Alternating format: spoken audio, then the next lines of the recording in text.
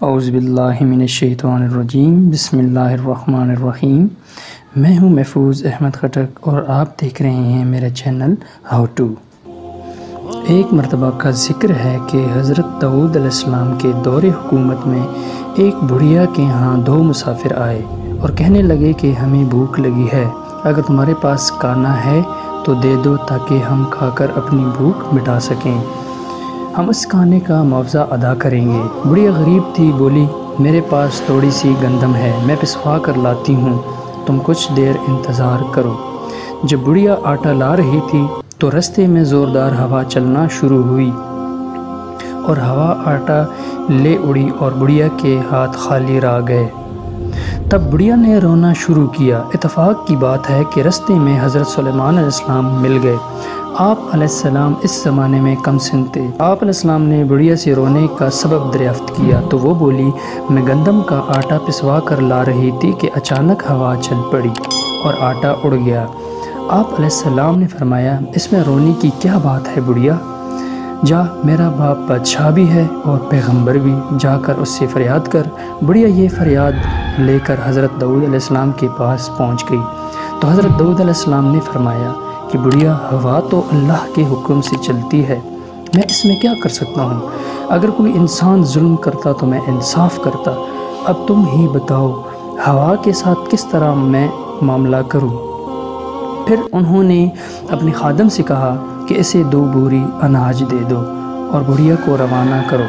جب بڑھیا واپس جا رہی تھی تو دوبارہ حضرت سلیمان علیہ السلام سے ملاقات ہوئی۔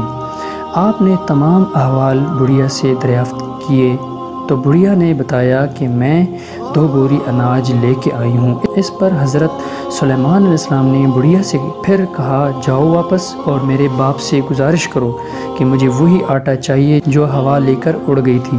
اب دوبارہ وہ بڑھیا بادشاہ کے دربار میں حاضر ہوئی اور سارا قصہ سنایا۔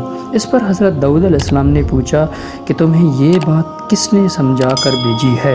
اس نے کہا کہ مجھے یہ بات رستے میں ایک کم سن لڑکا کھڑا تھا، اس نے سمجھا کر بھیجی ہے۔ تو اس پر حضرت داؤد علیہ السلام سمجھ گئے کہ سوائے حضرت سلیمان علیہ السلام کے کوئی دوسرا شخص اس طرح کی بات نہیں کر سکتا۔ تب حضرت سلیمان علیہ السلام کو دربار میں بلا کر دریافت فرمایا کہ میں کس طرح سے ہوا سے آٹا لے کر دوں۔ تب حضرت سلیمان علیہ السلام نے فرمایا کہ آپ پیغمبر بھی ہیں اور بادشاہ بھی، اگر آپ اللہ سے دعا کریں تو وہی آٹا واپس آ سکتا ہے۔ تب داؤد علیہ السلام نے دعا کی تو ہوا انسانی شکل میں آپ علیہ السلام کے پاس حاضر ہوئی اور حضرت داؤد علیہ السلام نے ہوا سے دریافت کیا کہ اس بڑھیا کا آٹا کیوں اڑا کر لے گئی ہو۔ ہوا نے جواب دیا کہ اللہ کا یہی حکم تھا۔ پھر حضرت داؤد علیہ السلام نے کہا کہ اس بارے میں جو کچھ معلوم ہے وہ بتاؤ۔ تو ہوا نے پورا قصہ سناتے ہوئے کہا کہ سمندر میں ایک کشتی آ رہی تھی جس میں کچھ تاجر بیٹھے ہوئے تھے، اچانک کشتی میں سوراخ ہو گیا جس کی وجہ سے کشتی ڈوب جانے کا اندیشہ پیدا ہو گیا۔ اب کشتی میں بیٹھے ہوئے تاجروں نے منت مانگی کہ اے خدا اگر کشتی ڈوبنے سے بچ گئی تو ہم اس کا آدھا حصہ حضرت داؤد علیہ السلام کے دربار میں پیش کریں گے تاکہ وہ غریبوں میں تقسیم کریں۔ تب ان کی دعا قبول ہوئی اور ہوا نے بتایا کہ مجھے حکم ہوا کہ اس بڑھیا کا آٹا لے کر کشتی کا سوراخ بند کر دو، میں نے ایسے ہی کیا۔ یہ گفتگو جاری تھی کہ وہ تاجر بھی نفع کا مال لے کر دربار میں حاضر ہوئے اور آدھا مال غریبوں میں تقسیم کرنے کے لیے پیش کر دیا۔ حضرت داؤد علیہ السلام نے مال کے 2 حصے کیے، ایک حصہ بڑھیا کو دیا اور سلیمان علیہ السلام کو شاباش دی کیونکہ ان کی کوشش سے خدا کی مصلحتوں کا راز معلوم ہوا۔